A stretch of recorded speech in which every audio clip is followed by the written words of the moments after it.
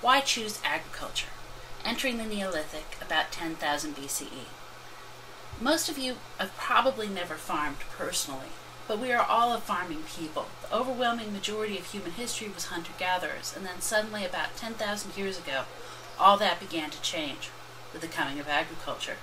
By 4,000 years ago, pretty much every plant and animal we use today had been domesticated. So when you make your dinner tonight, pretty much everything you will be eating with was developed originally by these people we're going to be talking about several thousand years ago. In the process, hunter-gatherers went into increasing decline. By the 15th century, about 1% of the world population were still hunter-gatherers. In our own time, just about 100,000 people. And compare that to the world population, it's a very small, infinitesimal amount in comparison. So what happened? Possible reasons for the change. And this is obviously, like we talked about with the Paleolithic, this is a matter of debate, speculation based on the information we have available. Possible reasons include, first of all, probably a major part of it was growing human populations. We talked about with the Paleolithic the drive to try to keep population as low as possible, but even though they tried to keep it as low as possible, it did still slowly go up. And it's pretty clear that for hunter-gatherers, even a fairly small rise in population can be enough to increase the burden that is placed upon the land. So that growing human population would place a dent in what's possible. And as you notice, that slowly growing population is going to, with agriculture, speed up immensely into our own time. A decline in available land. Decline in available land. If you have a rise in population, that means you have less land available to take care of the people you have. And if you have growing numbers, each one of them has less available for them. So that rise in population is tied pretty clearly to a decline in resources. So you're having to look for a better option, a better way of dealing with the problem as time goes on. Declining large game populations. Why this happened is a little bit controversial once again. Probably the most reasonable causes were either overhunting by early humans or climate.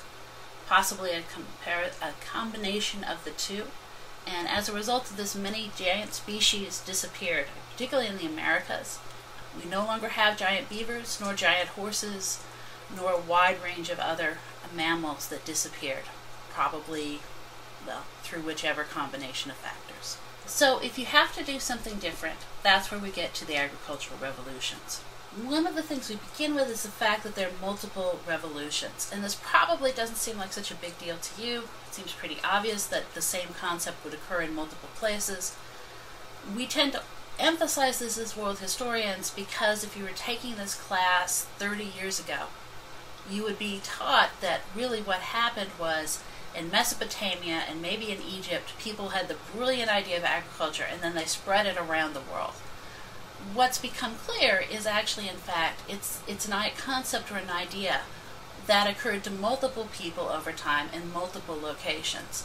So Southwest Asia, Mesoamerica, the Andes, parts of the Amazon basin, the Yellow River floodplains in China, Southeast Asia, the Niger River in Africa, in all of those areas, people developed new crops and new agriculture.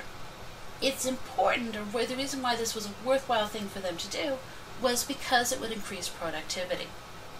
And this graph may look a little enigmatic, but what it's showing is that little red square down there, that's the amount of land it would take to feed a band of 40 people if you're doing it with farming. The big blue square, that's the amount of land it would take to do that if you were feeding them with hunting and gathering. So if you have a limited amount of land, agriculture, even primitive early agriculture, is going to let you get a lot more food, a lot more calories out of that land than you could ever get out of it for foraging. The result is that there are environmental limits on where agriculture is going to be productive. So the hunter-gatherers don't completely disappear, they just get shoved into the bad areas. So initially what we're talking about is we're talking about them moving into the deserts, into the dry areas, to the high north, where the temperature is such that it's not possible to do that. And then, of course, what the little brown dots are showing you are the areas in which they're reduced to in modern times as hunter-gatherers. But sort of those large white areas, what in a lot of areas that's pointing out to you are areas that it was difficult for farming and for basically herding animals in the pasture to set foot, to become established, and those are the areas that hunter-gatherers were folk after the becoming of agriculture. So it's become clear to historians that actually those hunter-gatherer communities probably weren't as isolated as we tend to think about them as. So even the people who became foragers, who stayed as hunter-gatherers, were probably still getting some farm products through trade and communication.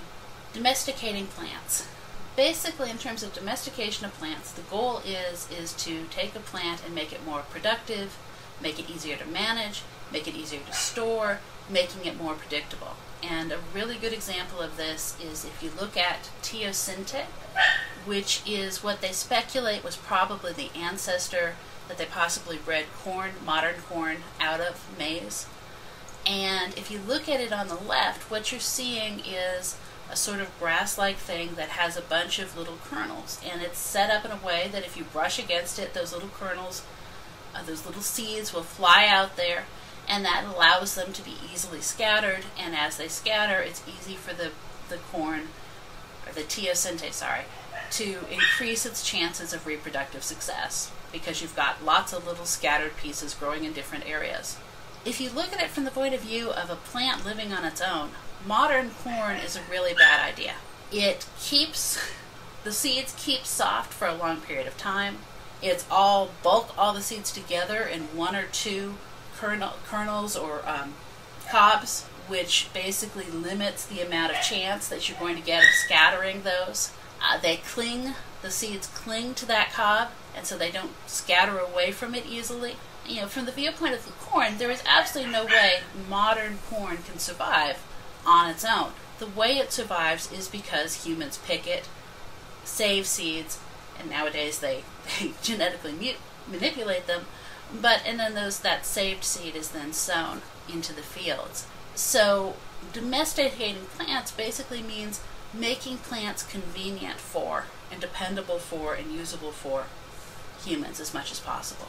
Domesticating animals, very similar type of process. Once again, you're trying to get something that is tame enough to keep around safely. And you're seeing here Egyptians' paintings of cows in Egypt. In this case, one's being milked. So what you're looking for is hopefully over time to breed shorter horns, more docile temperaments, less likely to bite people, able to be milked for longer and longer periods, something that can be tamed and used to pull a plow. All those traits that make animals useful to humans, but not necessarily as useful to themselves. And this is going to be one of the big differences that we're going to see in world history, which is, for whatever reason, the Americas really didn't have any large animals that were suitable for domestication left after the big die-off of those big game animals. And so you're going to have domesticated animals in Europe, in Asia, and in Africa, and you have none in the Americas. And that's going to be a real fundamental difference between the continents. Now what we're going to look at is the consequences of becoming farmers, and often these are changes that follow along with a new lifestyle, even if they weren't exactly planned for or intended. One of the first big changes, of course, is population growth, and population growth is going to increase dramatically, as we saw before in that chart, with the development of farming. And one of the reasons for that is simply that there's a new incentive. Children for farmers mean farm labor. And so a farming family is going to want to have more children. Unlike when we were talking about the hunter-gatherer families, where actually having an additional child could be a threat to the previous children, could be harmful to the mother who now has to care for an additional child. In this case, more children, more workers. So you want to have more of them. And that very quickly results in population growth. The downside of this is it tends to be pretty hard on women often, who are having more frequent pregnancies, and you can often see a decline in their health following this transition. Pollution and disease. People live close together, and there's no real concept of what we would call, for the most part, sanitation. You know, if you have to relieve yourself, that's what the fields are for. You have to empty out the alleys of your city or drain them out in some way to clean it up, or you have to get rid of some kind of waste. That's what rivers are for. So there's this constant flow of waste and pollution all over the place, and that makes it very hospitable for the communication of and the development of various diseases. Added to that, one of the ways that we get diseases is that we trade them back and forth between our domesticated animals and us. And so think of like the bird flu, swine flu. Part of what's happening there is some diseases jump species, and sometimes when that happens, nothing much happens. But other times when it jumps species, it can be much more deadly for the new species. And so that's one of the sources of diseases as well. So you get a lot more diseases. Along with that, you probably have an increase in infant mortality too. At the very least, it doesn't seem to go down.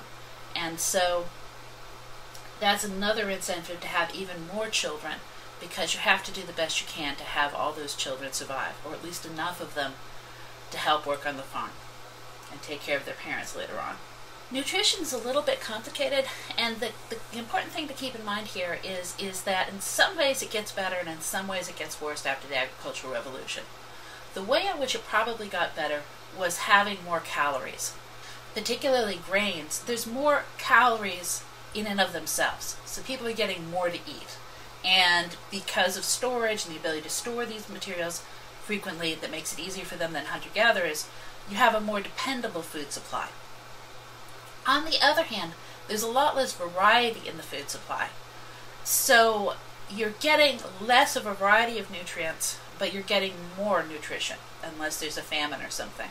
And so you have this situation where you can support a larger population, people are getting more calories, it's easier for women to get pregnant and have more children. On the other hand, it's not uncommon, looking at the remains of early farmers, to see a rise of malnutrition, because they're not getting that variety of nutrients they used to get. More work. It depends on who you believe, but there's reason to believe that possibly farmers do more work than hunter-gatherers. Some estimates say as little as 6 hours a day are spent by hunter-gatherers in accumulating food. And farming, particularly in the seasons where it's intensive farming is taking place, can include a lot more.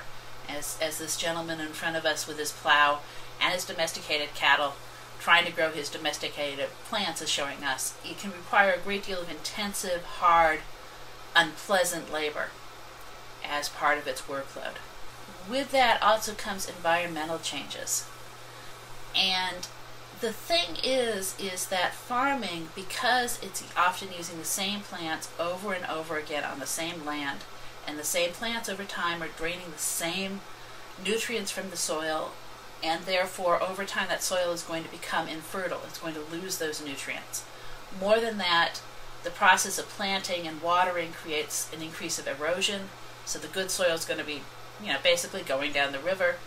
And then finally, there's a problem of salinization, which is nicely illustrated right there in that little chart. Basically what's happening, you water the plants. As the water evaporates, the minerals and salts that are in that water gets left behind, and over time you have a buildup of salt in the soil.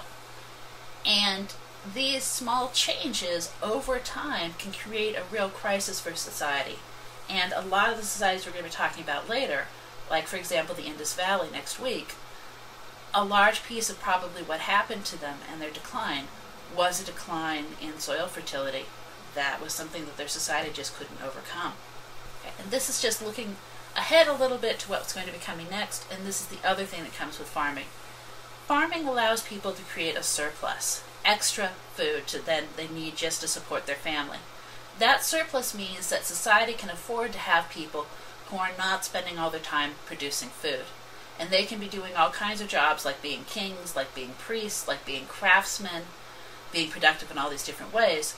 But it also means that peasants are going to have to give some of their surplus to support these people. And so one of the new professions that arises is the tax collector, as we can see in this illustration, where the good peasants on top are paying their taxes, but the bad peasants down below haven't paid their taxes and they're getting beaten to pay for it.